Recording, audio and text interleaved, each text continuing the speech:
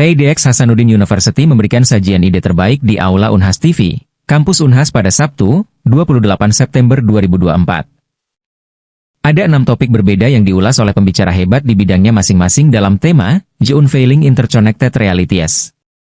Mereka ialah Juang Manyala membahas tentang lokalitas musik di Kota Makassar.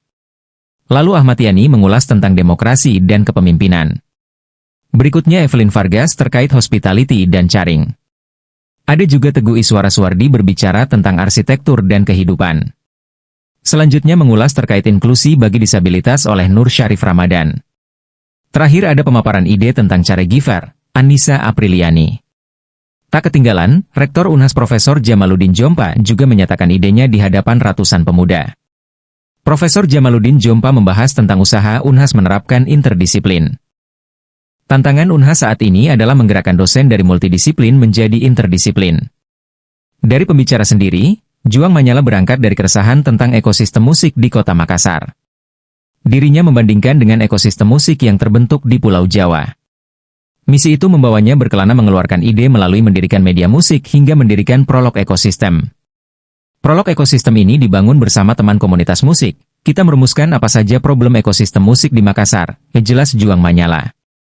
Design thinking itu menghasilkan 3 poin yang harus dimiliki ekosistem musik di Makassar. Mulai dari edukasi, produksi sampai eksibisi. Program edukasi, sarana produksi dan wadah eksibisi paling dibutuhkan. Dulu ada studio, tidak ada festival. Sekarang ada festival, edukasi tidak banyak. Tidak pernah ekosistemnya dari hulu ke hilir difasilitasi anak muda bermusik di Makassar. Ini kami lakukan di Prolog. Ahmad Yani sendiri berbicara tentang demokrasi dan kepemimpinan di Indonesia. Dirinya belajar dari karya sastra seperti Lagaligo hingga Latoa.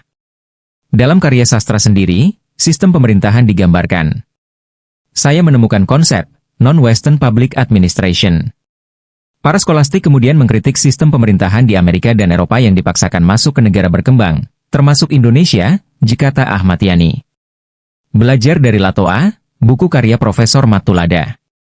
Ahmad Yani belajar bagaimana buku ini membuka cerita panduan kepemimpinan, petuah, orang bijak kepada raja untuk memimpin saat itu. Hukum adat diperlukan mengontrol bangsawan supaya tidak sewenang-wenang menggunakan kekuasaan. Download Tribun X sekarang, menghadirkan lokal menjadi Indonesia.